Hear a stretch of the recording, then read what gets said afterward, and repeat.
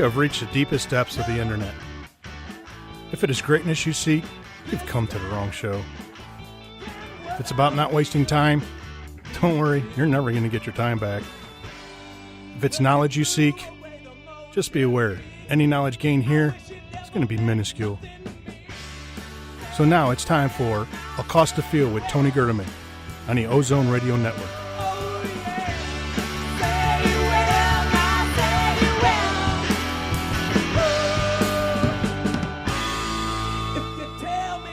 Hello, everybody. Welcome to Accost the Field. I am Tony Gerdeman.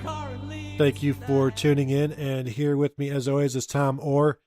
And Tom, we got back from Dallas late Sunday night. A very good trip all around for us. Pretty good trip for the Ohio State Buckeyes. And I'm not looking forward to any more like big time traveling until maybe December, January. We may get to do the exact same trip we just did because Dallas is one of the college football playoff sites this year. So I don't know if I'm hoping. Dallas was a lovely time for the second time in 9 months. I don't know. I wouldn't say I'm hoping to go back to Dallas, but we certainly know the best places to get tacos at all hours of the day now. So that's okay. That's a good start to a good trip. It was a good trip. We had a good weekend. Dwayne Haskins had a better weekend, 24 for 38 for 344 yards with 2 touchdowns and a rushing touchdown. Should have had a third touchdown to Austin Mack. Probably could have had a fourth touchdown to Benjamin Victor if he would have put enough muscle into it.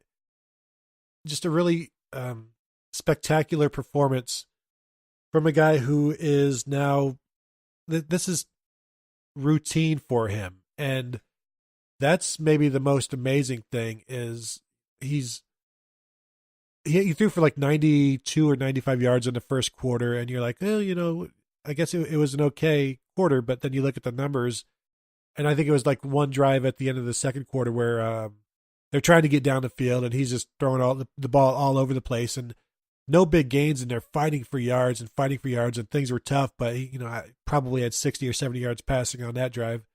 They missed a field goal. But the reliance on Dwayne Haskins for even the short stuff tells you just how good he is, how accurate he is. And at this point in time, this is normal for Dwayne Haskins. It is normal, and it's surprising how quickly this has become just, oh yeah, he looked good again today. That was good. The numbers he's putting up are way outside the norm for an Ohio State quarterback. I mean, historically, he had 63% completions on Saturday, and that's with 4 drops. So you add in those drops, he's at 74%. And, then you add the yardage from that on there, and he's, instead of being at 344, he's at 380 or something like that. I mean, that puts you already up in the, top 2 or 3 greatest Ohio State quarterback performances. If he has just, leave the Ben Victor throw out of it. If you just have the catches that were hitting guys in the hands, if you just make those catches, he's, that's probably one of the 2 or 3 best performances in Ohio State quarterback history, on the heels of one of the, the 3rd greatest completion percentage game in Ohio State history. He's at 11 touchdowns, 1 interception through 3 games. No one has thrown 11 touchdowns before in the first 3 games of an Ohio State football season. And, after that game, I didn't immediately think, wow, that was just an incredible performance by him. It didn't jump out like, I can't believe what I just watched. It was just like, yeah, that was a good Dwayne Haskins game. It is amazing how fast that level of performance has just sort of become the new norm. It's a good situation for Ohio State to be in. Now, he threw for 344 yards. That's the 7th most in school history. If he would have hit Ben Victor on that in stride, that would have been a 55-yard touchdown. Would have put him at 399 yards, and that's not with any of the other drops being caught. But if Austin Mack catches one of those and Ben Victor catches one of those, he's over 400 yards. It would be just the second quarterback in Ohio State history to do that, joining Art Schlichter in a loss to Florida State back in 1981 when they were pretty much, if I recall, just forced to throw the ball pretty much every down. This year they're not forced to throw the ball in every down. They're happy to throw it when they do throw it. They're very balanced. But it's strange to say, like, you've got this balanced offense, yet a 400-yard passing day is likely in the future. So I'm wondering, Tom, how likely do you think it is? Would you be surprised if you did see a 400-yard passing day from Dwayne Haskins? And rather than surprised, do you see it being likely? I would say it's likely. I mean, it's more than 50-50, I would think, that he hits 400 yards at some point this season. Because, I mean, you've got to figure you've got some challenges coming up. The defense has not completely settled in yet, so you're probably going to be giving up points against some of the better competition you're playing. I mean, Penn State, what are the odds that Penn State gets to 24, 28, 31 points against this defense? I mean, there's a decent shot that you have that at least against Penn State. So that means you got to score 38 points, 45 points, something like that to win. So I think there's a decent chance he's throwing the ball enough to get those numbers up there against a team like Penn State. And then you also have the Heisman race, which, the coaches always say, "Oh, we're not worried about stats. We're not even thinking about that." And then as soon as you have a record broken, they'll say, "Oh, yeah, we were aware that he was one touchdown short of such and such or whatever, and we wanted to get him that record today." So they are aware of that. That's not, front of mind the most important thing. The most important thing is win the game to the coaching staff. But they're certainly aware that, if you get to mid-October and Dwayne Haskins is still very much at the forefront of the Heisman conversation, I'm sure they're aware that a 400-yard, 5-touchdown game against whoever, Purdue, Indiana, Minnesota, whoever it is only going to help his Heisman candidacy. I mean, that's certainly a line on your Heisman resume. So I think there's a pretty good chance he hits 400, and he might hit. I think it's more likely he hits 400 twice than doesn't hit 400 this year. How about that? That's that's a outrageous statement for a power running team, Tom. I can't agree with you, but I would not be surprised. I'm just it's fun to watch him throw the ball, and I'm looking forward to seeing how he reacts to Happy Valley, because at this point it doesn't seem like anything phases him, and if something is going to phase him, it's going to be Happy Valley at night. And so we'll get to see him. And Penn State doesn't have the best defense, Appalachian State showed that, but it's different at night, and it's an environment that the Ohio State players love it, but also will tell you that it's the toughest place to play and it's the loudest place to play. But I'm sure Dwayne Haskins is looking forward to it. And when you're talking about setting records or throwing for over 400 yards, like we said against TCU, like if it does get into a shootout, Ohio State's offense will give them the advantage more often than not. And now I gain more confidence in that each day from watching not just how Dwayne Haskins handles himself, but where he puts the football.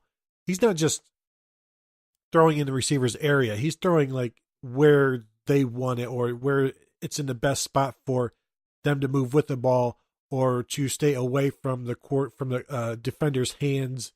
He's throwing NFL passes in that regard because the placement has to be so small and the windows are so small. He's doing that already, and you're seeing the receivers benefit from that. Now, they had they had their drops this past week, which was very uncharacteristic considering how they played the week before in the rain.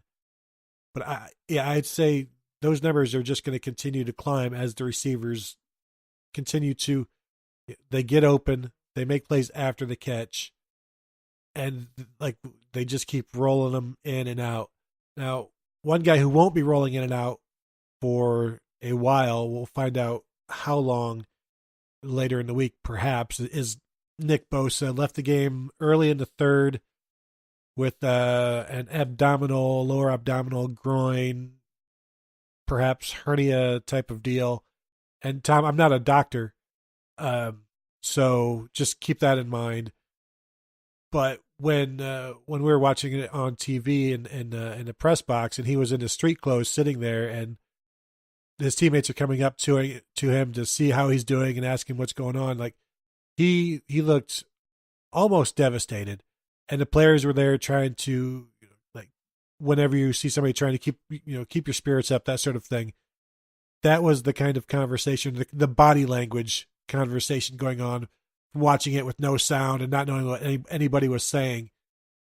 But from afar on television, it didn't look like a 1 week thing. And Urban Meyer said on Monday and also on Tuesday that he'll be evaluated later this week and they'll know more. Maybe we'll find out more on Urban Meyer's radio show Thursday afternoon. If not, we'll find out perhaps after the Tulane game. But personally, I would be surprised if he's out there and for Penn State. And you just don't know how long these things, even when he's better, what is it, how is the lingering aspect of it? How healthy do they want him to be before they put him back out there? So I'm not expecting some sort of quick turnaround, even though, he wants to get out there. I'm sure he wants to get out there. I just listening to what Urban Meyer said on Monday about the fact they're doing more testing and they want to, they weren't sure yet. And then talking to some of the players on Tuesday night, Devon Hamilton talked about it like, well, he's still around the facility and, we're trying to keep his spirits up and that kind of stuff. That is not the kind of thing you say that's, well, he's going to maybe miss this week and then he should be back in a week. That's the kind of thing you say when, the testing is trying to determine whether this is a 4-week injury or a 6-week injury or a season-ending injury, and this is all, we're reading body language on the bench and we're interpreting what people are saying because there is no official word right now, but all of the kind of tea leaves that you want to read are all kind of pointing towards he's not going to be there for Penn State. You might not see him for a while, into at least mid-October. Yeah, and like I said, we'll know more later, but yeah, I'm not expecting some miraculous 2-week thing. And then now you've got Chase Young, Jonathan Cooper will be in the starting lineup. Jayshon Cornell will be there in the rotation like he was in the second half last week. You've got the freshman Tyreek Smith and Tyler Friday. All of those guys are going to play. The young guys are going to play this week anyways because it's Tulane. But that will also be a good tune-up for them because you'll see Tyreek Smith out there against Penn State, and that's going to be asking an awful lot of him. Although he is familiar with Happy Valley, they recruited him. He's been there a couple of times, I assume, so he won't be too unfamiliar with it. So this will be a good opportunity to get them some more reps after they didn't necessarily play as much last week. I don't even know if Tyler Friday got in. I think Tyreek Smith was definitely out there though. So, as far as somebody was asking, other people have asked me, is Draymond Jones going to move to defensive end? I asked him about that Tuesday night. He said he hasn't been asked or told anything about that. He would be willing to. I don't think that would be a great move because he is so good right now at defensive tackle. Dominating player, All-American season right now, Big Ten defensive player of the week. A sack every week. Almost had 2 touchdowns. I asked him Tuesday night if he was bummed that has he thought about how close he was to getting 2 touchdowns? And he said no, because he got 1, so he doesn't let it bother him. But a defensive tackle coming that close to 2 touchdowns, that's not going to be easy just to brush off. But yeah, Tom, I don't foresee him moving to defensive end. I don't think it would be a great move because the depth behind him isn't as good as the depth behind Nick Bosa. You have right now still 2 very good all Big Ten kind of caliber defensive ends in Jonathan Cooper and Chase Young. You've got Jayshon Cornell, who played meaningful snaps on Saturday against TCU and has shown himself to be a perfectly capable player. Maybe not all Big Ten caliber level, but he's a perfectly capable player as well. And the depth at defensive tackle is good, but at backing up Draymond Jones right now, you've got Haskell Garrett, you've got Teron Vincent, and that's I don't know that you want to throw those guys in. There's a significant drop off from Draymond Jones to Haskell Garrett or Teron Vincent right now, and that's not a shot at either of the younger guys. Draymond Jones is just playing at an absolutely otherworldly level right now. I mean, that's a top 5, top 10 NFL draft pick kind of caliber play he's putting on right now. So I think that and it's not a problem. There's not a shortage of good defensive ends on this team. You still have two guys who are, playing at that all Big Ten caliber level. So, moving him outside, I don't, that might create a problem inside and not necessarily solve a problem outside right now. And maybe they revisit that later. If you lose Cooper, if you lose Young at some point, and you're down to just Cornell and one of the other guys, and then the freshman, then maybe you think about it. But I don't think they're to that point yet. No, and if they get to that point, now you've got plenty of other issues as well. But as far as the best thing and the worst thing we saw from TCU, for me, the best thing, it might just be the defensive line, the way they responded after Nick Bosa went down. They seemed to get better, and they picked each other up, and, the whole next man up, and everybody had to play harder and be better than they were before Nick Bosa went down. So I think it was good to see the defensive line step up that way. They did miss him, but they didn't appear to, it wasn't a detrimental loss in that moment. It will be moving forward, but I thought they played very well in his absence. The other one the other best for me would be Dwayne Haskins, who lived up to everything, handled the bad snaps from Michael Jordan, which need to get fixed. There were timing issues from those bad snaps, but he did his best to get the ball up and get it to where it needed to be, whether it was a handoff or just going through his possessions. Now, that's another thing, how he was able to, a lot of quarterbacks, they'd see that bad snap and they would know, like, I have to get my eyes up because now everything is off by a split second. But he would get the ball and still be able to, like, not fumble the ball and go through his reads. And for me, that was just another impressive outing, another impressive aspect of his game that maybe gets ignored, whether it be, he has a strong arm. Everybody knows that. But his ball placement, the ball control, just everything about his performance in this game, for me, was another best thing. What about you? Those would have been probably the first two things I said as well, so I'll pick two other things. I'll start with the offensive line. I mean, especially the left side of the offensive line, where you've got Thayer Munford and Malcolm Pridgeon, who, before the game, you and I talked about the fact that you see how those guys do. That will probably tell you how the Ohio State offense is going to function. If they can hold up against a pretty good TCU front, then that opens up a whole lot of possibilities for the offense. And they did. They looked really good. Ben Banigou, who was TCU's star defensive end, he had 3 tackles on the game. That was it. And after the game, I saw Greg Stidwara coming off the field, and he had a huge smile on his face and both hands up over his head. Like he was, it was the expression and the look you'd have if they had just won the Big Ten championship or something like that. It was about as happy as I've seen an Ohio State assistant coach after a game.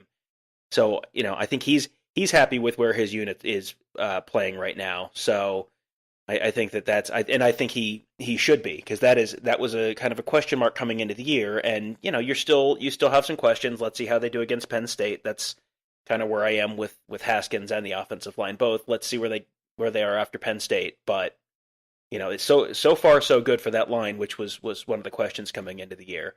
The other thing I would say is, as a positive, someone that was not a question coming into the year, Jordan Fuller is real good. Jordan Fuller is real good on the back end of that defense. He's been playing, they looked terrible in the Oregon State game. You could tell that they missed him. You saw a big difference when he was back out there against Rutgers in week 2. And then he was, they got gashed for some big plays on Saturday against TCU. It was not Jordan Fuller getting gashed. There was, the long touchdown pass that was Jocelyn Wint. There was the 93-yard rush where TCU motioned a slot receiver who Fuller was on, all the way out, like past the numbers on the field side of the field, and then ran it to the boundary. I mean, they motioned to get him basically completely out of the picture, and then ran it all the way on the other side of the field where he was completely out of the play. To the point that you wonder if they schemed it up that way to kind of get him out of the field and attack Isaiah Pryor, who was the other safety. So I was very impressed with Fuller. He's just he hasn't. I don't think he's had an interception this year. He hasn't had any kind of real big touchdown saving tackles that I can recall off the top of my head. He's just been very good, very consistent, very solid. You have not seen him be an issue at all, which is not something you can say about some of the other guys in the back seven. He's like an All-American left tackle. He's not gonna. He's just solid, and as long as you don't hear his name or you don't see him chasing somebody into the end zone, you're getting exactly what you need out of him. And he's just always where he's supposed to be. Now, when you mentioned Jocelyn Wint, you mentioned Isaiah Pryor, you pretty much covered the worst thing from TCU in terms of the safeties. Now, Jordan Fuller did say that he doesn't like hearing people rip on the safeties because it's not just the safeties. There's 11 guys on defense. He wanted to make sure people knew that. But yeah, that was the worst thing from TCU for me. I don't. Is that the second week in a row, Tom, for the safeties being the worst thing? I think so. I mean, the linebackers and the safeties are kind of the big glowing question mark on the defense right now. And the defensive line has been extraordinarily good.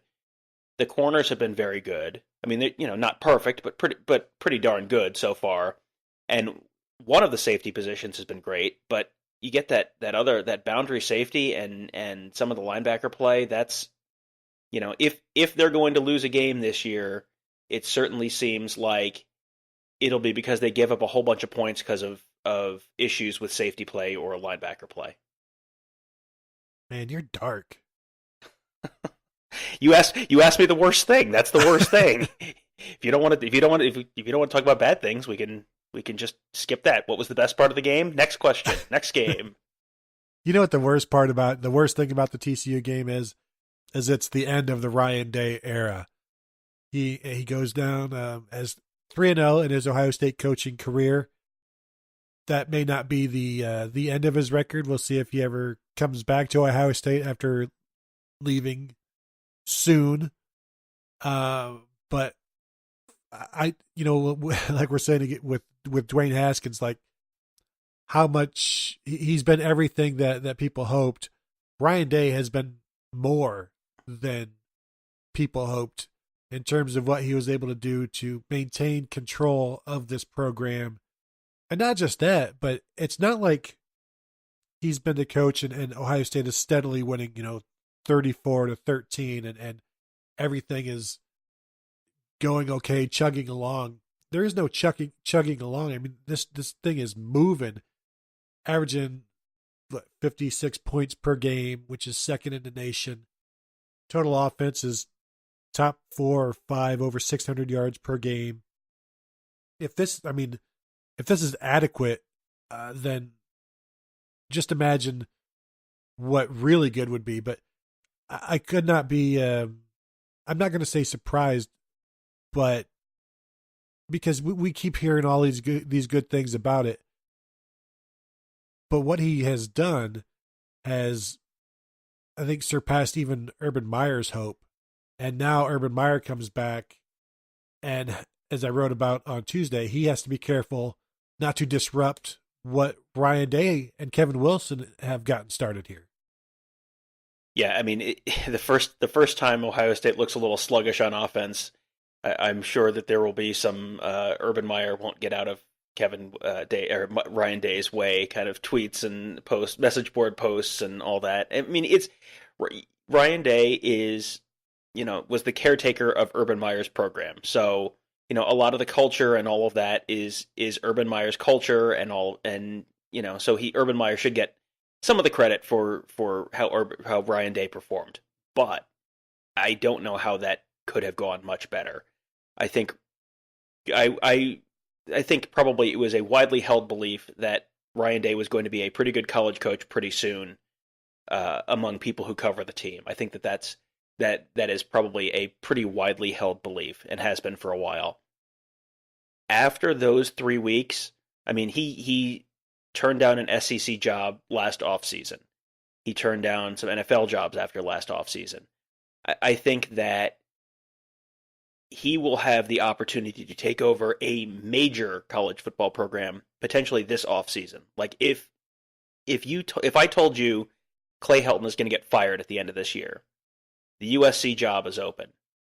Is it crazy to think Ryan Day could be the head coach of USC? I mean, he's not from there, but he's coached all over the country. He coached for the 49ers for a while.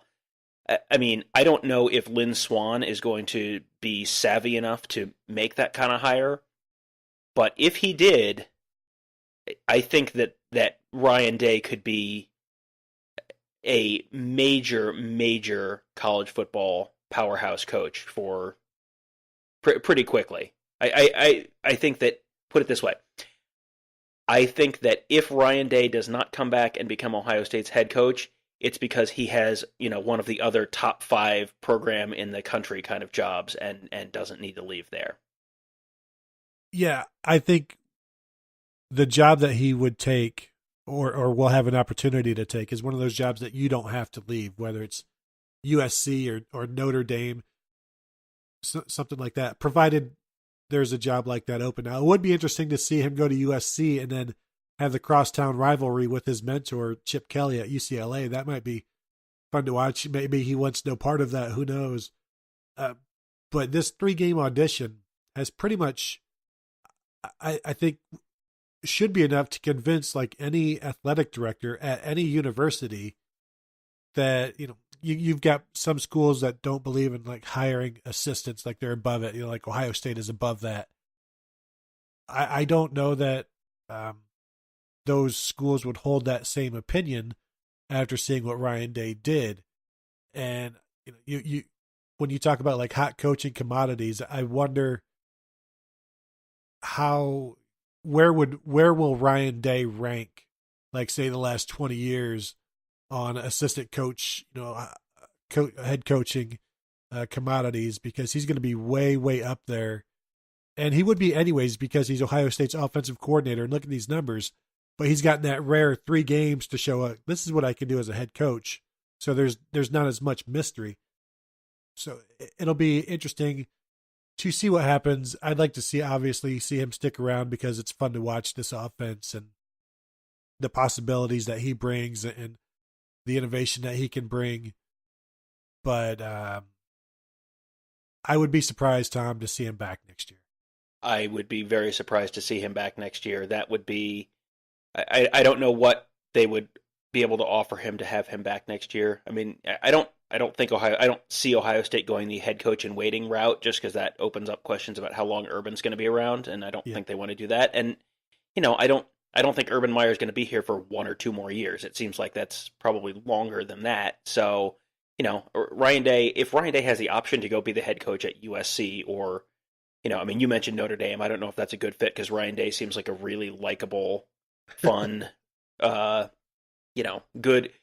human being. I'm not sure that's a great fit with the Notre Dame culture, but if he has the opportunity to go get one of those top 5, top 10 kind of national jobs, I mean, I think you'd be a little bit crazy not to take that, not to jump on that and go build your own program. And if you go build a good program at USC, whenever Urban Meyer retires, if you really want the Ohio State job and you're winning Rose Bowls at USC, you could probably come back. Ohio State would probably welcome you back with open arms if it came to that. Although if he did go to Notre Dame, they would finally have that decided schematic advantage that Charlie Weiss promised 13 odd years ago. So, I think we're looking at this all wrong. What do Notre Dame message boards always say? Notre Dame was Urban Meyer's dream job. So when they fire Brian Kelly and Urban Meyer jumps to Notre Dame, then Ryan Day is Ohio State's head coach. There you go. And because if history has shown us anything, it's that Notre Dame message boards are always spot on about everything. So clearly this is where this is all headed. You don't think Ohio State would go after Brian Kelly in that instance? I'm not sure that the purple face and scarlet shirt would be a good color combination on, just in terms of a color palette. So yeah, I think that might not be a great fit. All right. Well, that's your opinion. I guess we should probably talk about Urban Meyer, the There was the Sunday ESPN conversation that you said, you woke up to. I woke up like an hour after it had already been out. So, I'm waking up, I'm checking Twitter, and I'm seeing all of this, Urban Meyer interview said this. I'm like, oh, crap. But, he talked on ESPN. Then Monday was his first Ohio State football press conference since in the Ohio State football facility since the spring. He had talked at Big Ten Media Days, in case you had forgotten.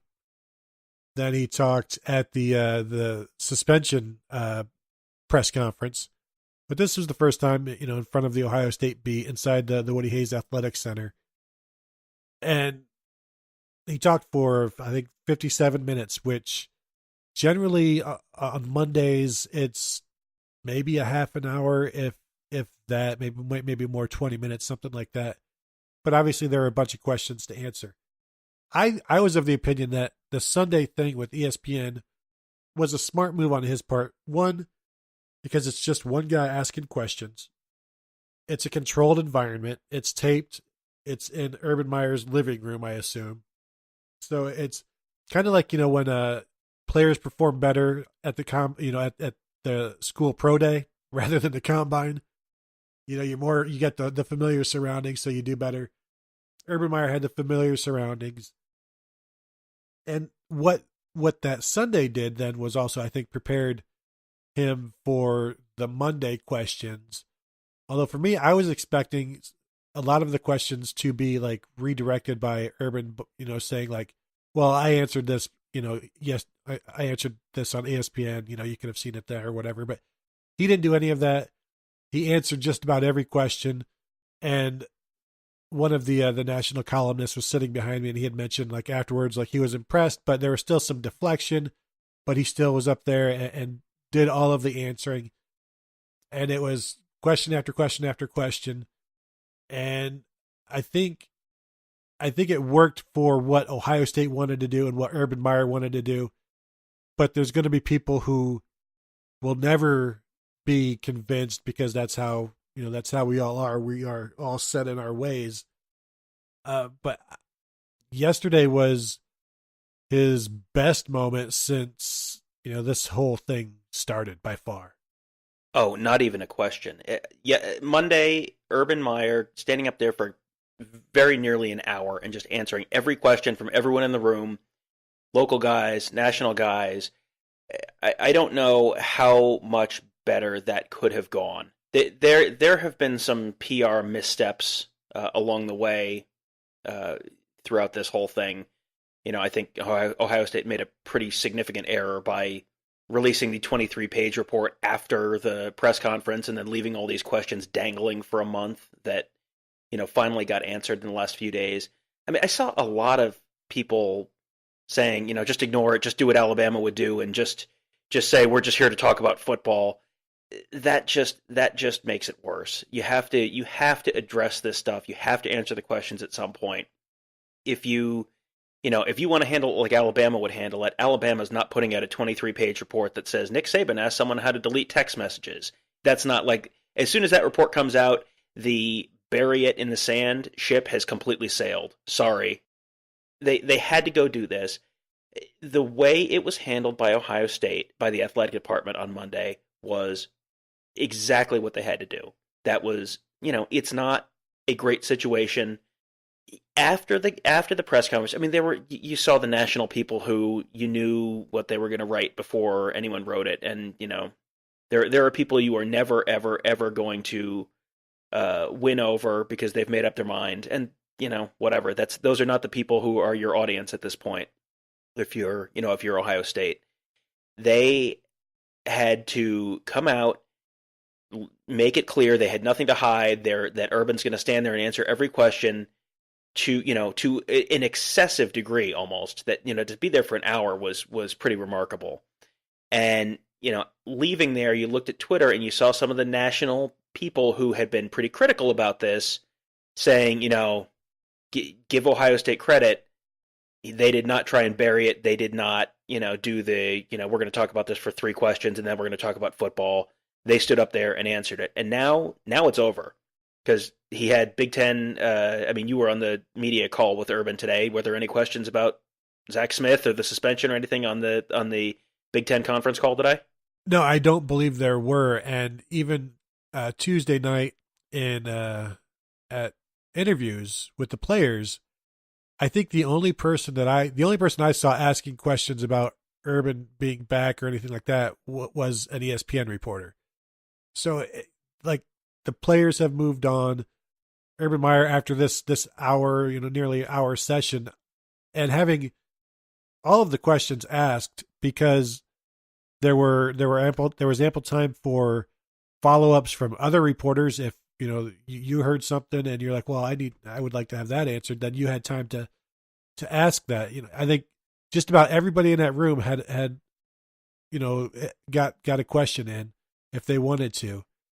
And so at this point, what else is there? Unless something new comes out, there's nothing, everything has been asked. Everything has been answered. Now it's time. Now he's back on the sideline, and it's time for football. So he answered the text message thing, which I thought was a pretty good explanation. His phone was slowing down because it had so many, he said, videos of his grandson on it, and they called IT, and IT put more storage in it and deleted, set his text messages to where it's only saves him for a year, because he's also, texting. He said 100 recruits a day wouldn't be abnormal for him. So this is a lot of information on the phone. IT's like, well, we can make this phone faster by getting rid of this. So that was a very, I'd say, positive explanation to what was a very big problem that a lot of people had. And we even said on this podcast that if there was proof that he intended to delete texts that were, in essence trying to hide something, then, he deserved a harsher punishment. And it's funny, funny or sad, I guess, when we're talking about this with so little information, there's, just think of all of the opinions that have been formed based on this text message thing. And 6% of the people know the reasoning behind it, because they're not paying attention now. They still have their information that they want, or their beliefs are formulated. And when you try to tell them, they aren't even listening about this IT explanation. They've already decided. And, I guess that's where we are as a society. But so that's been settled. The text messages, everything that I don't know what else can be asked, because even at the end of the session, it's like, well, we've talked before after sessions, like, well, there was still this question or this question or this question. At the time we didn't have, there really weren't any, and it wasn't really anything left unasked. No, I walked out of there feeling like everything had been covered, and we didn't, there wasn't a ton that was new information. Right. After the ESPN interview.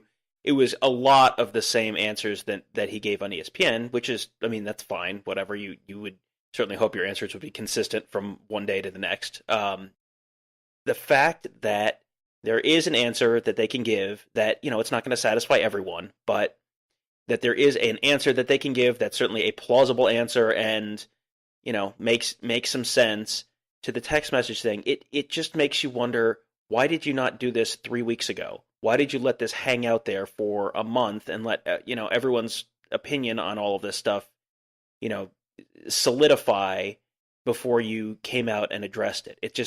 It was handled very well, I thought, on Monday by the athletic department. And I think there was probably some miscalculations on the university's part between, you have the press conference and then you release the report and then you just go radio silence for a month. That is, nature abhors a vacuum, as the saying goes. So when you put out the information that, hey, there was this conversation about text messages, and then don't have university leadership or Urban or anyone else come up for a month, that doesn't make people stop talking about it. That just makes people speculate, like, well, what do you suppose that means? Why do you suppose that was? So, credit to Jerry Emig and his staff for having Urban up there. He's up there for an hour. He answered all the questions. Now, I don't know how much. I think there are people who it doesn't make any difference what he said, that he was already convicted in their minds weeks ago. But I think for the people that entered that room with a little bit of an open mind, I think that a lot of those questions were answered, and now I think everyone's ready to move on. Yeah, and now we can move on to football. I asked Urban on Monday, about like sort of taking over for Ryan Day and being careful not to just rock the boat or make, just to disrupt things. And he had mentioned that he's not been very involved with the offensive game planning, which surprised me. And then on Tuesday during the teleconference, he said he's moving into a more of a game manager role this year, and he'd still obviously be involved in the weekly game planning stuff, to a certain degree. But with the way Kevin Wilson and Ryan Day have built this offense, or displayed this offense and put this offense out on the field, he's leaving it in their hands because he trusts them, and things are going well. And so it's surprising to me that he's willing to take this step back. I think he said it's something he's done before. Maybe he did it with Dan Mullen at Florida. I don't know that he did it fully with Tom Herman here at Ohio State, but it says a lot about how he feels about Kevin Wilson and Ryan Day, and the results speak for themselves. He said he wanted to do it. He was planning to do it at the start of the season. Before the season, he was hoping that it would get to this point.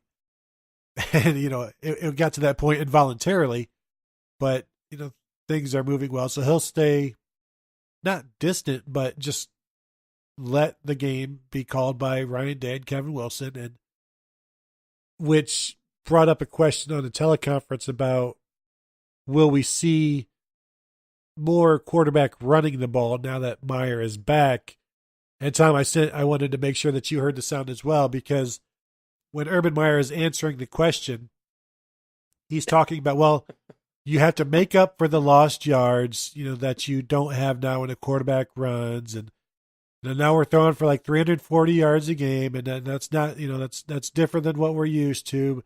But you got to find those yards that you're missing from the quarterback run somewhere. You're not getting the reads and that. And he just sounded so sad that the quarterback run has gone away in terms of Dwayne Haskins. Now it'll still be there with Tate Martell, but you almost want to hug the guy, because he's just. It's been a rough couple of months for him, and now he's got an offense where the quarterback runs the ball 2.3 times a game. Let's see how long this lasts. Let's see how long hands-off Urban Meyer lasts with the offense. If it's 17-6 Penn State in the early in the third quarter, is Urban Meyer going to remain hands-off, or is he going to jump back in and be involved? Because it's easy to be hands-off when they're scoring 50 points every week.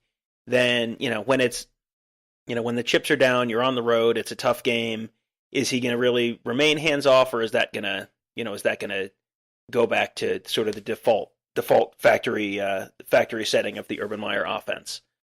I mean, you're right. He sounded really deflated. It was very strange on that Big Ten teleconference. Talking about lost yardage. They have 98 more yards per game this year than they did this time last year. So, I mean, you're making it for lost yardage of negative 98 yards, which is plus 98 yards. So, I mean, I think there are a lot of teams and a lot of coaches that would kill to have that kind of offensive yardage lost. At this point last year, basically the quarterbacks at Ohio State last year through 3 games have run for 32 more yards than they have this year. And that's mostly thanks to Tate Martell and his 95 yards against Rutgers. But I mean, there is still the opportunity for the quarterback run here. So Urban Meyer doesn't need to get upset and like retire at the end of the year or fire Ryan Day, to finally get his way. But just it is a whole new world. It is.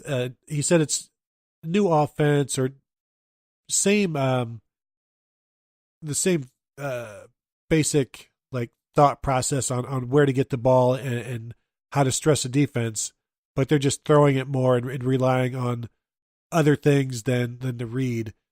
And so far, so good. The running game, I don't think, has been as dynamic as it was under JT Barrett, but it's not unusual for for things to start slowly there, and I think that's what we're seeing here. Some other updates from Urban on Tuesday. Brian Snead, freshman running back, did not make the trip to TCU, but he's back practicing on Tuesday. Robert Landers was dinged, but he's probable. One of the odd things, and Tom, makes me question what I know about football, as he said that the linebackers have played very well this season, and named everybody like Baron Browning and saying he's played well, and Malik Harrison's been a champion in the last 2 weeks, Pete Werner, and just praising the linebackers. And I guess I don't understand football anymore. Yeah, I have some questions about that because it seems like the run fits have not been great. On that 93-yard touchdown, it certainly looked like Malik Harrison might have gone to the wrong hole. Baron Browning has missed some run fits, I think, the last few weeks. I mean, Harrison finished with 6 tackles on Saturday, which, that's okay. Tough Borland had 5. Tough Borland has been okay. You have the question how, is he still a little having trouble coming back from the injury? I would not have said. I'm looking at the stat sheet right now to see if Pete Werner had a tackle on Saturday. I don't think that he did. Oh no, he had 2 tackles. Had one, on Saturday. He had 2 tackles on Saturday. I mean, in the week before, Baron Browning's the middle linebacker for like half the game, and he had 0 tackles. I mean, I think that you can sort of see it with your eyes that it doesn't quite look right, and then you look at the stat sheet and it's like, linebackers should have more tackles than that. Like, you've got a real good defensive line, so they're going to swallow up some tackles for you, but it doesn't quite look right to me on the linebackers, and it didn't look quite right last year, and I think that they have kind of acknowledged in one way or another that linebackers were kind of one of the concerns this year. So I was a little surprised at that, and I don't know, maybe they're grading them on a curve or something, and so they look great compared to how we thought they were going to look. I don't really know, but yeah, I would certainly not say that the linebackers were a strength of the team right now by any means. In the depth chart for the Tulane game, Tough Borland is listed as the starter for the first time this year. Now, he started, if I recall, against TCU. Baron Browning was listed as the starter, but obviously Tough Borland continues to progress and now will play more than ever again. Well, he won't play more than ever against Tulane. He played more against TCU than he will likely against Tulane. John, was there anything else from Tuesday interviews? I was only really with Jordan Fuller. One thing that Jordan Fuller did tell me is that Shaun Wade is in the safeties room now, but he's mostly just nickel and hasn't necessarily been moved to strong safety or been put in that position to win that job, which, as we talked after the game on the podcast, we were of the opinion that needs to happen right now, because what we've seen from Isaiah Pryor and Jocelyn Wint is not Ohio State caliber safety play. And so something needs to change. Either Isaiah Pryor and Jocelyn Wint have to right the ship here in the next few weeks, or they need to finally get it done with Shaun Wade, because what I thought should have happened was you get Wade out there right now, get him out there against Tulane so that he's ready against Penn State. Because if you don't do it now, it's not like you're going to do it the week of Penn State unless Pryor and Wint play really poorly again. And then at that point, it feels like you've wasted a week and you've put Shaun Wade at a disadvantage when you could have put him at more of an advantage by making the move now. But, they like him at nickelback, and we see why. I mean, he plays, he's not one of the weak spots on defense. It looks like he absolutely belongs, even though this is his 3rd game. He looks almost like, to say he looks like one of the defensive strengths, I don't think is an outrageous statement. He didn't grade a champion, but just watching him, you can see that he's not the guy who is chasing somebody 80 yards, or not the guy who is lost in center field. He looks like he knows what he's doing. So I was disappointed to hear that right now, Tom, that he's not making that move that Greg Schiano suggested he would like a week or so ago. I'm a little surprised at that as well, because it does seem like it's a very good fit, and Isaiah Pryor may very well turn into a very good safety at Ohio State at some point. This is just his second year. He's 3 games into his true sophomore year, so this is not someone that anyone should be writing off right now. But he does not look like he is ready to be the starting safety on a national championship caliber team. It has almost unquestionably been one of the weak points on the team so far this season. So, he may end up at that level, but he's not there yet.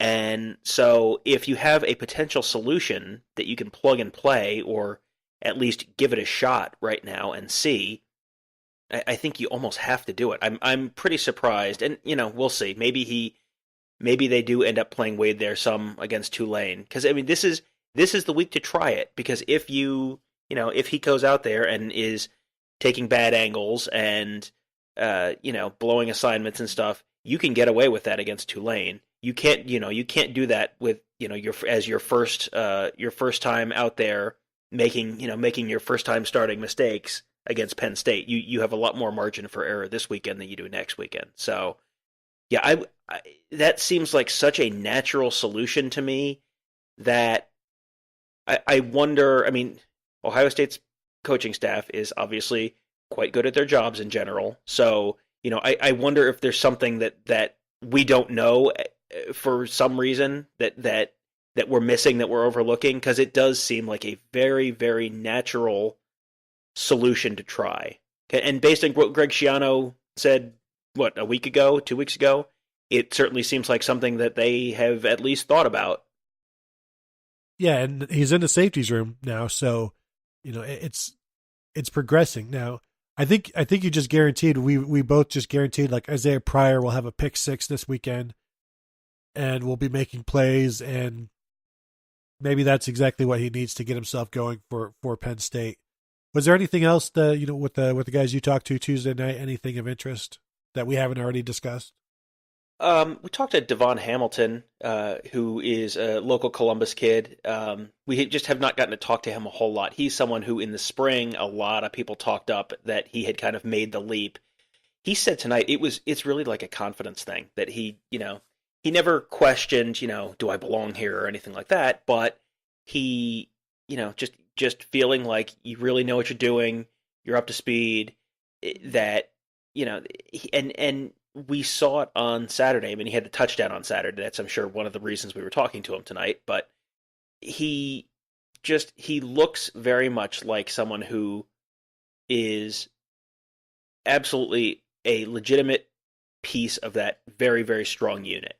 He came in. He was not, the most highly recruited player in the class. He was, one of the. I don't know I remember if he ended up a high 3-star or a low 4-star, but he was, one of those Ohio players who Ohio State kind of slow plays because, maybe there's a better player out there that we can find, and, we'll offer this kid late if we can't find anyone better. Because, if you offer him early, he'll jump on it and take it, and then you can't get something better. And, there was this sort of perception that, they settled for this kid, and, there were better players out there and they had to settle for this guy. And he's been really good this year. He has looked, in a room that is full of really, really good, talented players. I mean, B.B. Landers and Draymond Jones, and just looking at tackles alone, he very much looks like he belongs in that room, in that conversation. He is someone that I think is going to continue to grow, continue to be an impact player. I came away pretty impressed. I don't think I had talked to him before. I came away very impressed with Devon Hamilton on Tuesday night. So now we move to Tulane. And Tom, I don't know how much Tulane study you have done. I was watching a little bit of the Tulane. I don't even know who they were playing, but it's on my DVR. My DVR is not very happy with me about this one either. They run like a triple option out of the shotgun, which is interesting. But other than that, I don't really. I have not yet done my Tulane study. I believe they're 1-2 at this point. They score about 28 points a game and probably give up about that. So, I don't know what research you have done. If you could just break down the top 6-7 players at offense and defense, Tom, and actually, Tom, if you could just name one Tulane player, even just the first name. Sean King. Is he still there? Yes, with head coach Rich Rodriguez. Yes. Athletic director, head coach Tommy Bowden, Rich Yes. Rodriguez, offensive coordinator. I'll get it. Yes. It was funny that, we talked to Urban Meyer for an hour on Monday, and the word Tulane did not come up during that press conference. And it didn't come up a whole heck of a lot during the conversations we had on Tuesday night with the players either. This is a whatever game. Ohio State's going to, I don't want to spoil anything for you, but Ohio State's going to win fairly comfortably. And, Tulane is not a great program. I mean, they have a talent issue there more than anything else. Willie Fritz, who's their coach, is actually a pretty good coach. He was a Sam Houston State coach for a number of years, got them, I think, to the FCS championship game a couple times, and then went to Georgia State, Georgia Southern, which is the, they're in the Sun Belt. They were, they're known for running the triple option. That's like their thing back to what's his name, like 20 years ago when they were in FCS power. Irk Russell, I think. But he runs a kind of a weird version of like shotgun triple option. And so it's going to be a little bit of a different look for Ohio State. This is a team that they can just outman. But it'll be a little bit of a different offense to watch. And so it'll be a little interesting to watch them on Saturday. I have not watched. I don't think I've watched a second of them this year. I've watched a little bit of them in the past. It's just kind of a fun, different offense. It's one of those schools where they have to scheme you up a little bit and do something a little different because they don't have the players just kind of go one-on-one, man-on-man and beat you that way. So it's a little, it's not the flexbone triple option you see from the Naval Academy and for Army and Air Force, but it's, kind of the same thing where they have to run something a little goofy to overcome a talent deficit. And, they'll do something on Saturday and they'll hit a long touchdown at some point and everyone will freak out. But this is the kind of team where like a tough Borland could have a pretty big game against this kind of team because it's a run heavy team. So it's kind of fits into his role at the Mike backer. And, this would not surprise me if this was like a pretty good tough Borland weekend. I was surprised. One of the things that you mentioned, very few questions about Tulane. Jordan Fuller, I think the last question he got was about Tulane quarterback Jonathan Banks, who they asked him to compare him to Sean Robinson. He said they're very similar. So Banks, I was surprised.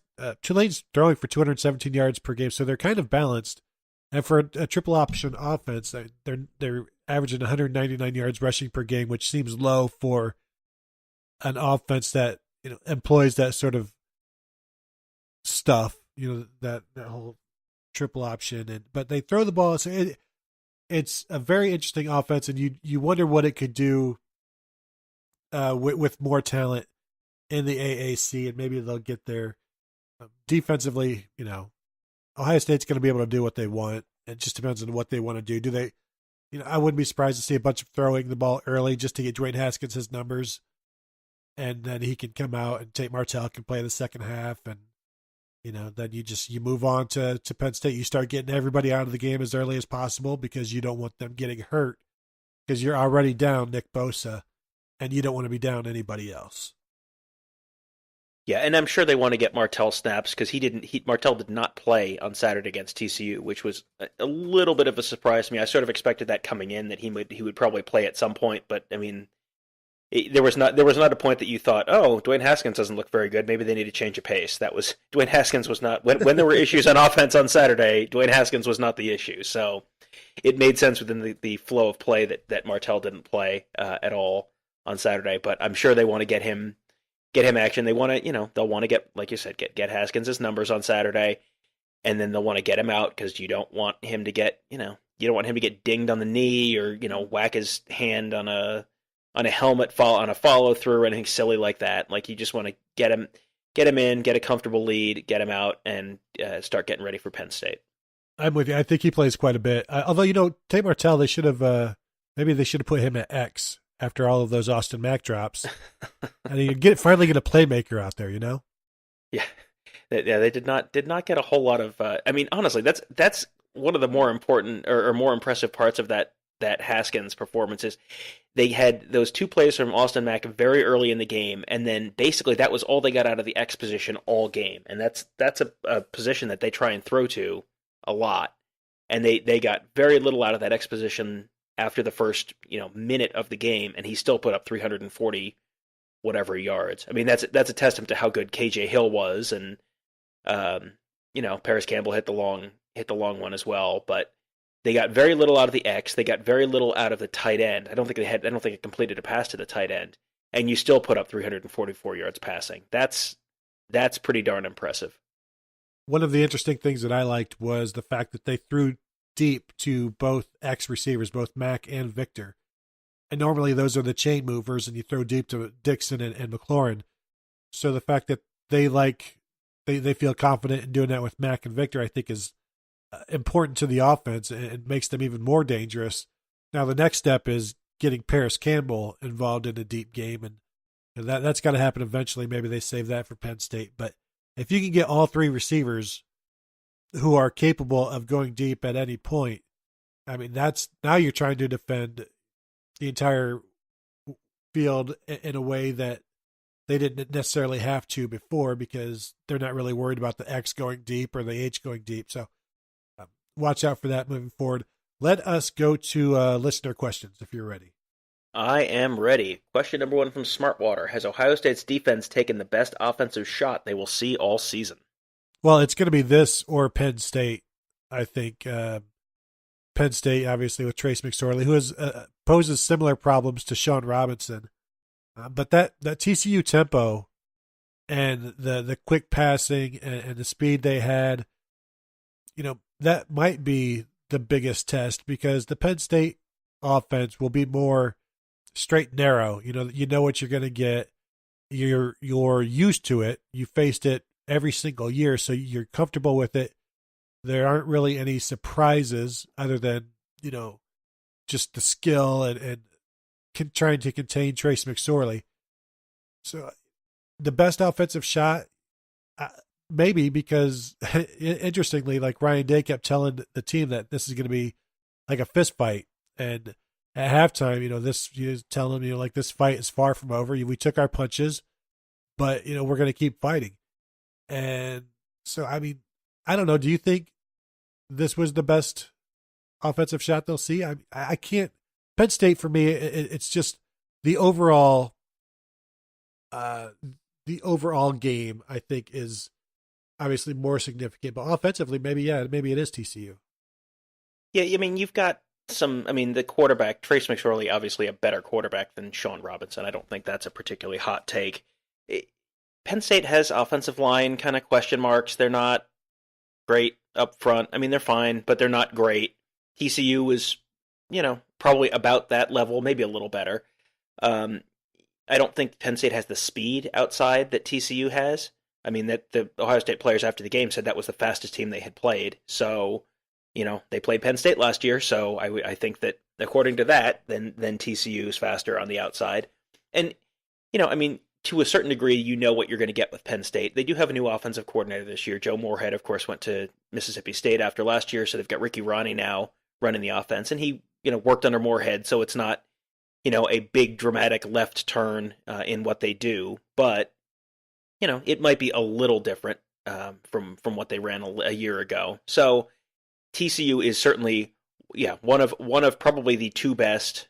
I don't know. You watched the Michigan. I have not watched the Michigan SMU game. Shea Patterson, I think, was from the little bits that I saw. Shea Patterson seemed like he was impressive, but I don't think they have they have offensive line issues as well. Michigan State has not looked real good this year, so Yeah, it's either TCU or Penn State, and I think there's certainly an argument for it to be TCU. Well, the thing about Michigan, if Jim Harbaugh would like allow them to play out, beyond third gear, they could light it up. But there is no. I think they ran like 51 plays or so, like not just really slow and plodding. And it's interesting because I'll watch the games on YouTube, and as you're watching on YouTube, you can use the J, K, and L keys on your keyboard, like to fast forward or rewind 10 seconds. And so after each play, I just automatically hit L, which fast forwards 10 seconds like 3 times. And then I can hit the arrow key for another 5 seconds, and then the snap comes. You hit the L key 3 times on an Ohio State game on YouTube, and you're missing 2 plays. So it's just slow and plodding. So when it takes 30 seconds between snaps, is that when they're in their hurry up, or because that seems like that was the hurry up offense against Notre Dame was snap it with 15 seconds left on the play clock.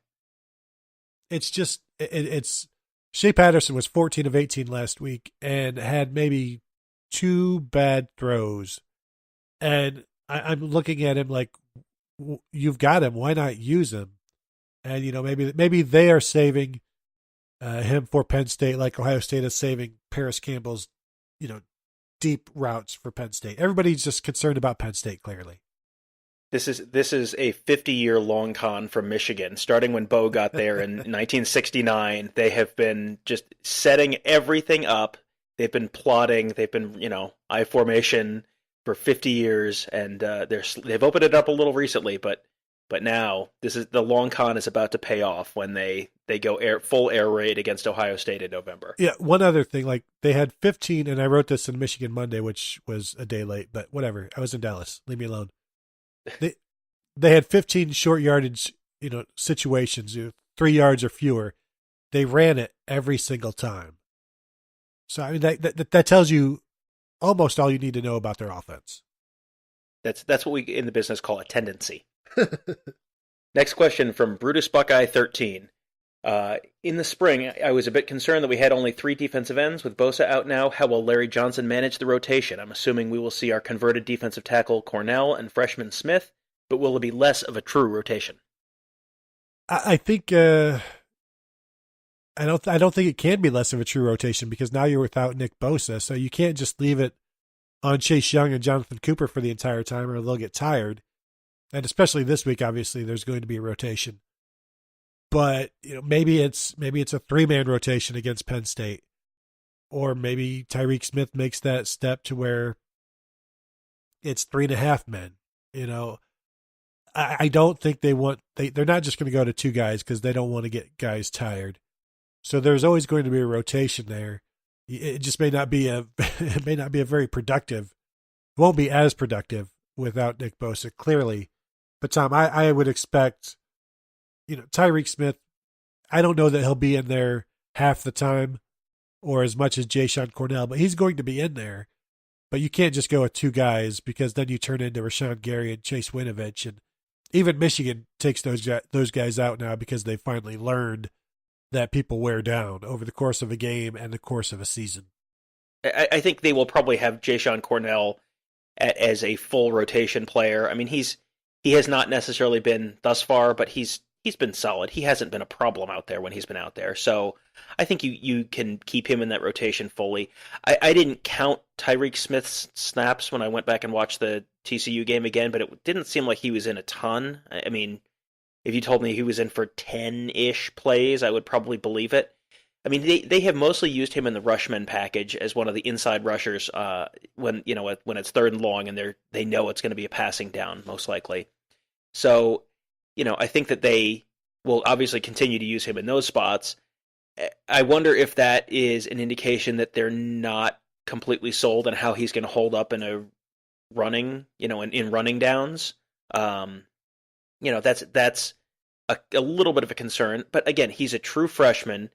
He was not in for the spring, so he just came in this summer. So the fact that they trust him to be out in the rushman package and did from day one is a pretty good testament to what they think of his abilities right now. So, give him another 2 weeks. The learning curve's probably pretty steep there, where, if you're good enough to play on day one, you are going to be able to, with a little bit more experience, that's a lot of your, it's another 3 weeks is, close to 50% of his college career. That's a meaningful amount of snaps and coaching under Larry Johnson and everything else, where I think you're going to see a pretty drastic improvement for him for a while. And then you worry about hitting the freshman wall at the end of the year, and, maybe your performance tails off as it does for a lot of true freshmen. But, for a while, I think you're going to see a pretty big improvement from him. So I don't think they're probably in a true 4-man rotation yet, but, if Nick Bosa is out for a month or so, get to early to mid-October, it would not surprise me if it was basically a 4-man rotation by then. And just imagine how much this is going to help him for next year, just like it did for Chase Young last year as a freshman, who then steps in as a sophomore in the full rotation.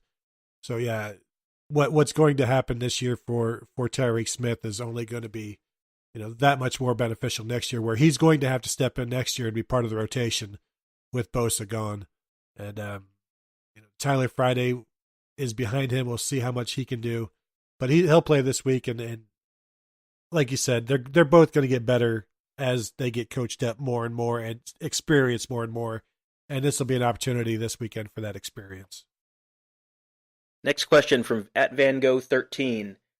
Pretty glaring oversight for OSU's kickoff coverage team to not be prepared for that trick play, considering, number one, it's been run before, and number two, everyone knows that OSU kicks it to the same corner every time. I got to tell you, of all the things that went wrong on our trip, the fact that I thought, we should mention the Kevontae Turpin lying down on the kickoff trick play that they ran in the Alamo Bowl last year during the pregame Facebook Live, and then I forgot to do it. As soon as I saw the OSU coaches sprinting up the sideline before that, I went, darn it, I can't, I knew immediately, as soon as I saw them running, I thought, I know what this is, and then immediately thought, we didn't actually talk about that before the game. This would have been, us looking like absolute geniuses, and we messed it up. The best part would have been, you would have mentioned it, on the show, and then somebody else would have said, Tony, great job, alerting us to the kickoff return stunt that TCU pulls. And I've been like, you're welcome. That's the kind of insight that you get from me on this podcast. Some of your best work. But yeah, the coaches, everybody should have been ready for that. And like you said, you see the coaches just jumping up and down and running along the sideline. But credit to Justin Hilliard for blowing that play up and forcing that forward pass. But it's just fun watching Jalen Reagor run. It was Ted Ginn-like. Yeah, he is. That is a level of speed you do not see out of most college teams. There's the slow plodding Big Ten team kind of trope is, I think pretty much crap in most cases, but that is a level of speed you do not see very often, no matter where, that is a level of speed that would be fast on just about any team in the country, including Alabama or Georgia or any other team that you think of as, they've got a bunch of fast guys. Yep, that is real fast. There is fast, there's really fast, and then there's, hey, that guy looks like he has a jet on his back. So yeah, that was, when we talked about, was that the most explosive offense or the best offense that Ohio State's going to face? That's certainly one reason that there's a decent chance that the answer is yes. All right, next question from Aeronaut005. What is the over-under on the number of times QB power is run this week against Tulane, presumably? Yeah, Tom, I usually allow you to set the over-unders, but I'm going to set this one at 0.5. And the reason I don't just set it at 0 and say it's not going to happen is because I think there's a chance that Ryan Day and Kevin Wilson might want to do this for Urban.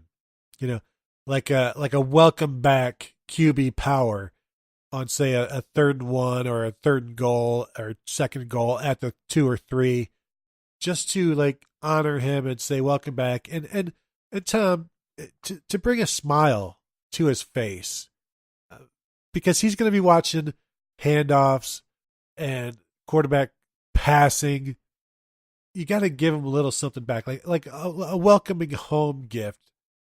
Let Dwayne Haskins run the ball within an empty backfield where everybody knows. Although they won't know, they might think, oh, they're spreading them out to throw it, but then the tight end motions in, and you're like, oh, here it goes, QB power, and you'll see Urban Meyer like. You wonder if at that point Urban Meyer will like call a timeout and he'll be like, no, you guys just do you. Don't worry about me. So 0.5 over under time. What you taking? Is this with either quarterback or specifically with Haskins? The question doesn't specifically mention Haskins. Don't get cute on this. It's Haskins. The question doesn't say Haskins, so I'm going to take the over because I could absolutely see them do it with. I could absolutely see them do it with Dave Martell. I do love the idea that this is like, Urban Meyer has registered at Target, and it's like, oh, a new duvet cover and a new garden hose and QB power, and then Saturday they run it once with Haskins, and he gets on the headset. It's like, you guys, how did you know? It's just what I wanted. You guys are the best. His registry, this finally feels like home. His registry says like blender needs 1, QB power needs 16. Purchased 0. All right, at Zadiah, when will a reporter ask Urban about Bill Davis? Because he says now the Zach Smith hire was a mistake. Isn't it time to look at other family hires? Gerd, I'll let you handle this one. Well, he has been asked about Bill Davis last year. He hasn't been asked this year because there hasn't been time yet. But, like I said, like we talked about earlier, on Tuesday he said the linebackers were playing very good, very well. So, Tom, I don't even know why there's a need to ask about Bill Davis because the linebackers are fine. But, I mean, he has opened himself up to this in terms of this loyalty of people that he is close to. And, we're just 3 games in with 3 new starters at linebacker. So we're a little quick, I think, to get like super angry at Bill Davis based on last year's play, based on this year's play. So I don't know how much longer, do you give him another like 3 games, that's half the season. Then you could start, like, Urban, what do you think of Bill Davis's performance, which was asked last year. And I think his response was, got to get better. The linebackers got to get better. And they did. They got better. So when will that question be asked this year? Not too much longer, I don't think, Tom. It'll happen after the first loss, I would say. It will happen, another 3 weeks or so. If there's, you get to mid-October and the linebackers don't look like they're any better, I think at that point it's a pretty significant concern and question. I mean, I feel like we talked about this a week or two ago. I'm still kind of grading him incomplete right now because you do have new starters. Let's see how players develop over the course of the year. I mean, you go back over the years and, there's sort of the shiny glow on 2014 that this was an amazing team and everything was great and they put up amazing points and everything was, all these sophomores looked fantastic and were difference makers and stars immediately. And you go back and watch some of the early games and it's like, yeah, this team had some problems. Like they did not look good against competition early in that year. And the measure of the coaching staff is how does the team develop? There are lots of coaches that have teams that look great in September and then kind of tail off later in the year. I mean, that was a John Cooper hallmark back in the day, was looking fantastic in September and then just kind of tailing off later in the year. Urban Meyer's teams have very consistently gotten better throughout the year. That's not every single year, but pretty consistently. That has been kind of one of the hallmarks of the Urban Meyer era is the teams look better, more prepared, better schematically later in the year than early in the year. So I'm still grading Bill Davis kind of incomplete right now, but if you're in mid-October and the linebackers are still a major concern and viewed as something that this could be the unit that keeps Ohio State from being a national championship caliber team, then at that point I think it's a valid question for sure. Yep. Next question from Bob Eyes. Any changes at safety for this week? We sort of talked about that, but go ahead. Yeah, it doesn't sound like it unless it happens Wednesday and Thursday, which it doesn't really give Sean Wade much time to get ready. But yeah, no, it doesn't sound like it. The depth chart still has Jordan Fuller or Isaiah Pryor and Jocelyn Wynn at strong safety. So don't get your hopes up. You won't be disappointed. All right, we got 3 from L Patriots. The first one, per ESPN, OSU's 2019 recruiting class stands at number 11, and they have the fewest verbals of any team in the rankings top 25. In June, this class looked headed toward being an all-time great class, but appears stalled with 3 months until the early signing period. Are there any signs that the Buckeyes will head back towards a top 5 class, or for all kinds of reasons will this be more of a quality over quantity class? Well, isn't this always kind of a quiet time in terms of commits, because Ohio State is focused like on the start of the season, and there's not really necessarily that game that you want everybody to come to. Now, last year that was Oklahoma, and it didn't go so well.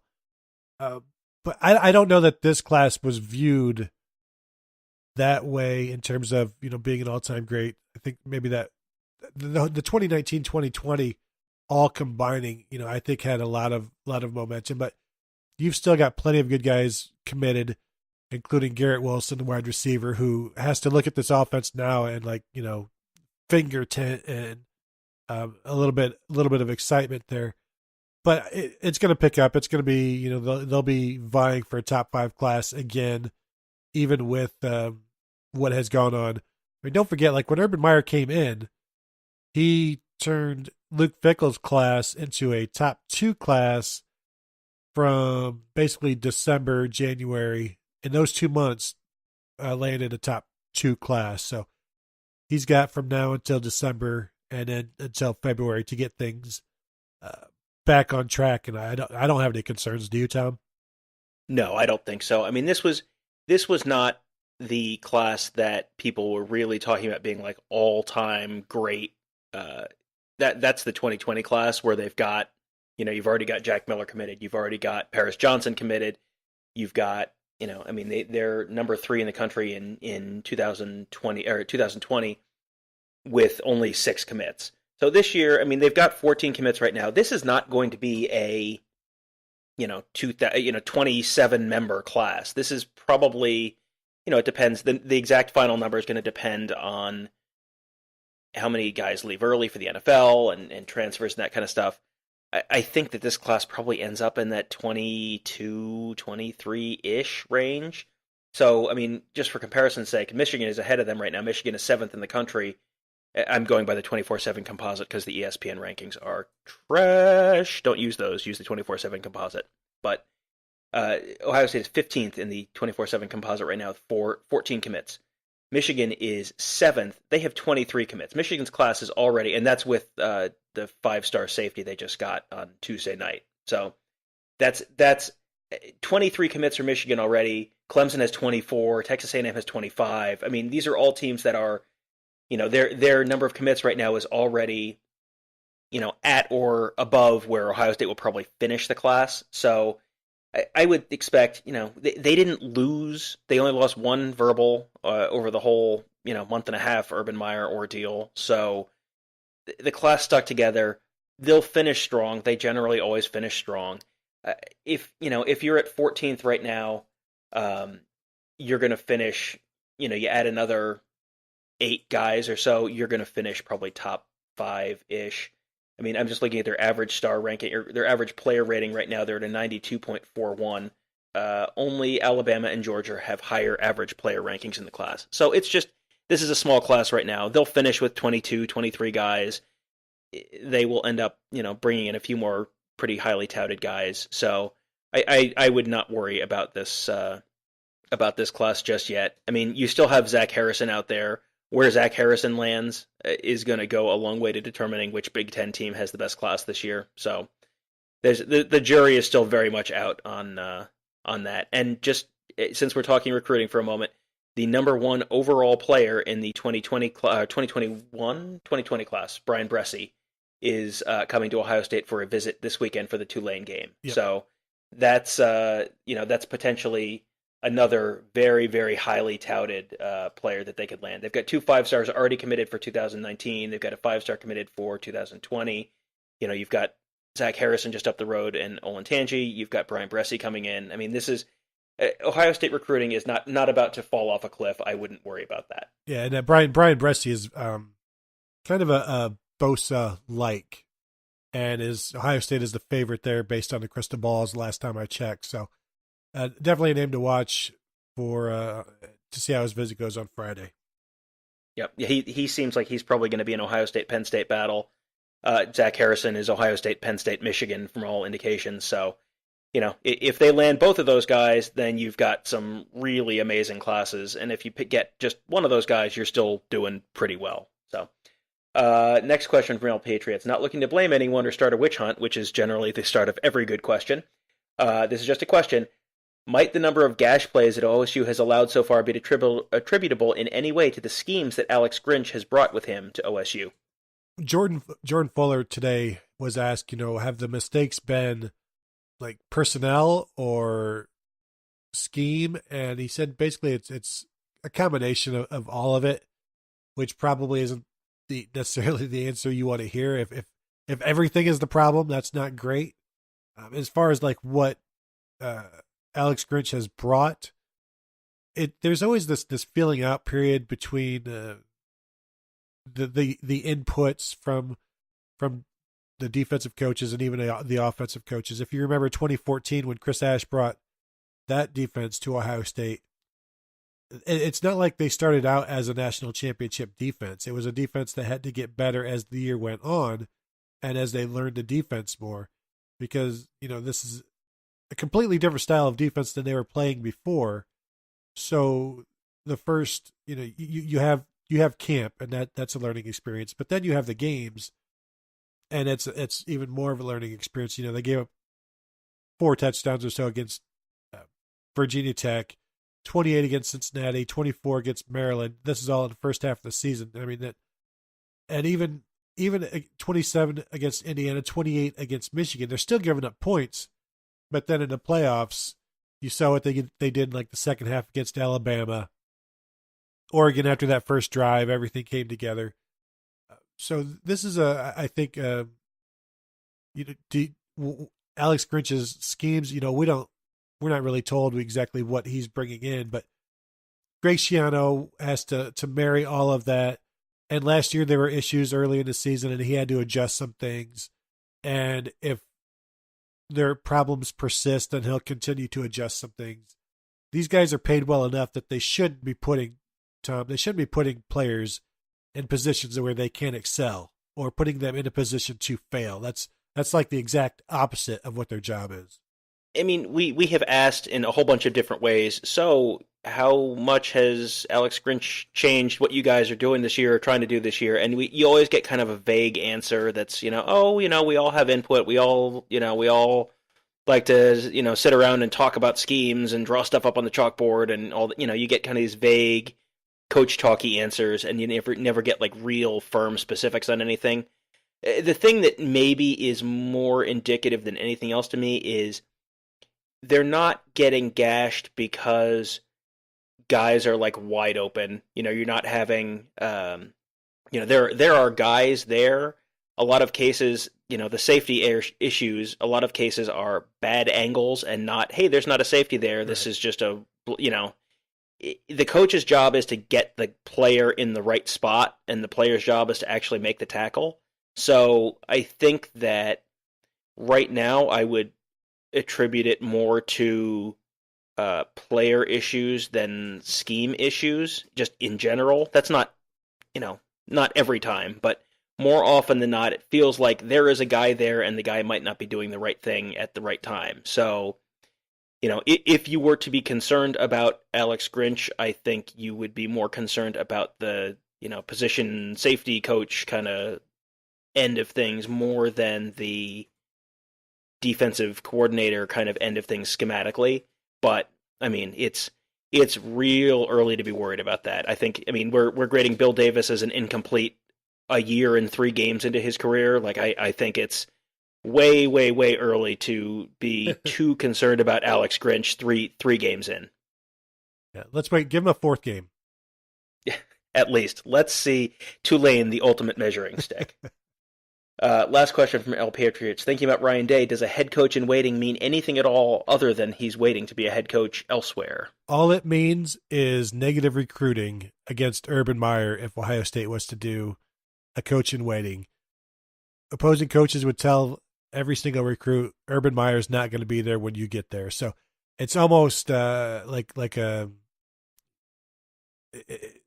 I don't know. It would be not a good thing. Whatever analogy to that, a bad thing for this, because that's not something you want to put on. You don't want this on your chest. That I'm not going to be here much longer. I can't tell you how much longer, but know that every single coach in the country is telling recruits that he won't be there when he won't be there for your 4 years. So I don't see this as a thing unless it's for this is my last year and Ryan Day is going to take over for me next year. Yeah, that's about the only way it maybe makes sense, and then that gives you some continuity. But I really don't see that happening. I can't imagine Urban Meyer stepping down. I mean, there was points in the last month and a half when people talked about the fact that he was just going to be sick of everything and be ready to call it a day. I really didn't buy into that at that point, and I'm really not buying into it now that he's back, and that the whole mess seems to sort of be behind him at this point. So I don't think it makes a whole lot of sense. I mean, you think back to the head coach in waiting jobs and positions that people have had. I mean, the one that jumps out to me is Will Muschamp was the head coach in waiting at Texas and then left to go be the head coach at Florida because Mac Brown stayed too long, basically. I'm trying to think of other ones that if there was one that really worked out well. Was Bob Stoops and Lincoln Riley, was that a head coach in waiting? Because I know he kind of stepped down, but I don't know that they had acknowledged that he was going to be the next guy there before Stoops sat down. I don't know that he was. Now, James Franklin was the head coach in waiting at Maryland under Ralph Friedgen, if I recall correctly, and then he ended up going to Vanderbilt. It rarely does the head coach in waiting actually get the job that they were waiting on, it would seem. So you don't have to make him a head coach in waiting. You can just pay him $2 million a year if you want, right?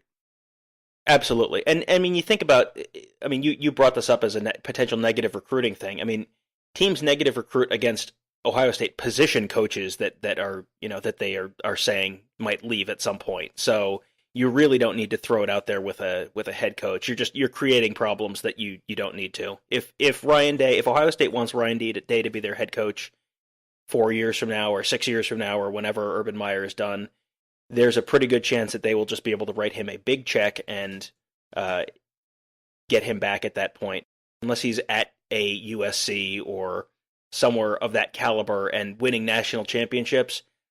I don't think you'd have a ton of trouble getting him to jump back to Ohio State if you decide you want to go down that route in 6 years. And you know what?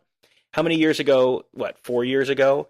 Ohio State fans would have been begging for Tom Herman to be their head coach in waiting, and I don't know that that's necessarily something that Ohio State fans would be willing to would be real thrilled about right now for any number of reasons. So, last question from Aaron J. Wenzel. What are your impressions of the offensive line outside of Michael Jordan's low snaps? I thought they played well against a talented and fast defense on Saturday. Would be interested in your thoughts. Yeah, we agree. Overall, they've played very well.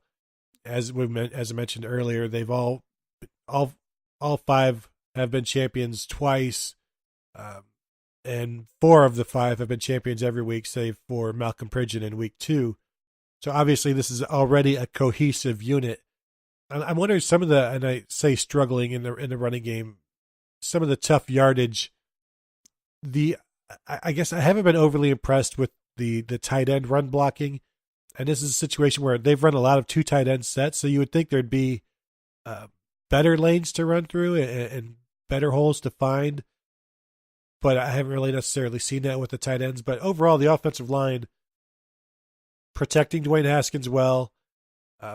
They are obviously opening up holes, and they're grading out champions. So no matter what we're seeing with our eyes, the coaches are checking every single snap over and over again and grading the offensive line as champions pretty much week in and week out. So you can't ask for much more than that.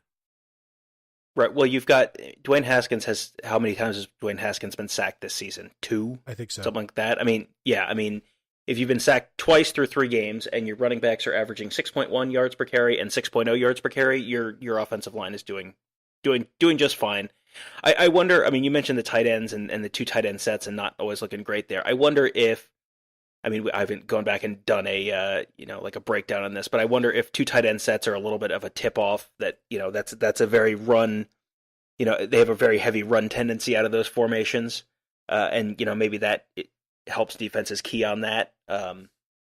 That's just one possible explanation. But I mean, the tight ends have not been great this year. I mean, it's an Ohio State offense, so of course the tight ends haven't done a whole heck of a lot, but Barry certainly seems like he's past Farrell on the depth chart at this point. He played more snaps on Saturday, so